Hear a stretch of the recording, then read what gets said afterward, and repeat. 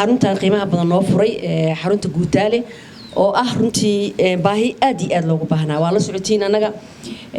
dadkeen bukaanka ah ee reer Puntland inta badan dibadda u aadaan dibadda kaliya ma aha Soomaaliya dhinaceeda kale maanta ina gurigeena aan ku haysano magaaladeena caasimadeena Puntland runtii waa wax lagu farxo waa wax loogu hambalyeeyo waa wax maartay loogu duceeyo arrinkaas wanaagsan uu sameeyay waa ugu hambalyeynaya ditoorka runtii wax wanaagsan noo sameeyay cudurradaan ku dhacsan ka dhagaha iyo maartay cunaha waa cudurro aad moodin inay nagu soo badanayaan waa la socotiin een fiican tahay doctorka maanta fursadan weyn uu haysto oo barnaamijkan uu noo sameeyay isbitaalkan uu noo furay bal inuu laftirkeed u baaro sababtay u soo badanaya cudurradan gaar ahaan kuwa quumanka ku dhaca runtii aad baa looga cabaadaa dhibaatooyinka maxaa keenay maxaa sababay naftirkeed idin la raadiyo insha Allah uu raadin doona fursadeedina uu haystaa waa u hambalyeynaya mar kale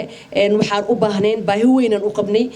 shacabkeena runtii safar dheer ah bukaan la kaxeeyay waa fahmi kartiin oo safar dheer intuu aaday maartay oo meeshii asoo bukaan intuu tagay daawadii laga yaabo inuu soo helino maartay dhibaatooyin ay soo gaaraan waxa uu sameeyay ditoorka runtii guutaal waa wax fiican waa wax gudeesho mudan waa wax maartay oo bulshada abaal uga hayso aqoontii iyo cilmiga uu bartay inuu bulshada ku soo celiyo isla markaana isbitaal uu sameeyo maartay adeeg fiican uu bixiyo waa ugu hambalyeynayna waan ku faraxsanahay shaqo abuurka uu soo biyay magaalada soo u bilay maartay caasimadii oo runtii samcadeedii kor u sii kacayso laga yaabay dad badan inay noo yimaadaan insha Allah mustaqbalka halkan maartay la soo aado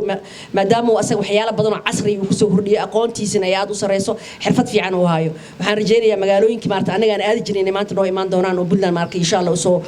daawo doonaan waa ugu hambalyeynaa dhakhtarka runtii shaqo abuurka uu sameeyay shaqaalaha badan oo hadda sameeyay meesha quruxda badan leh joogaan aad wanaagsan maalin farxad leh noo taasi doctor Carabi sheegay maalin taariikh leh gudoomiyahana uu sheegay maalin runtii aan oran doono talaaban hore u qaadno marka waa ugu hambalyeynaa doctorka insha Allah waxaan rabaa inaan ku soo dhaweeyo wasiir ku soo dhaweeyo